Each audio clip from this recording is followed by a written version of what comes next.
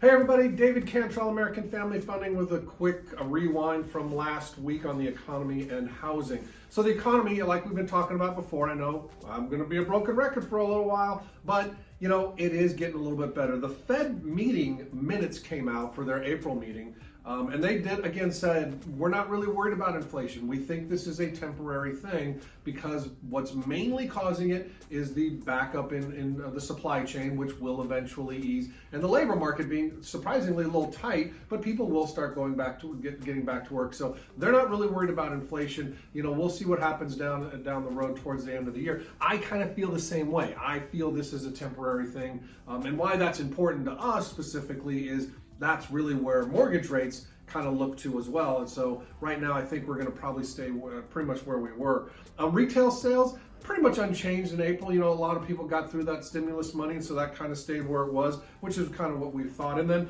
jobless claim unexpectedly fell to another post-pandemic low, which again is great, like we talked about before.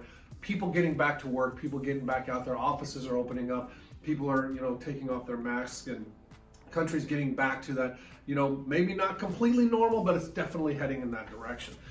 As far as housing news goes, still we have that, supply issue. There's just not a lot of inventory out there. And now, because of the supply chain bottlenecks, one of the biggest things that we look at when we're talking about building homes is lumber. And like we said before, lumber prices are just going out of this world right now. And so that's actually kind of causing another reason why the sale of homes are a little bit higher, because the building costs are getting a little bit higher. So we are definitely seeing that. But again, that will kind of start getting back to normal. As long as those builders keep building, which they are, we will see that inventory number start to get a little bit better. And we're going to start to see that a lot of these people that have these pre-approvals, I got a lot of them on my desk right now, they're going to actually be able to find that house that they love.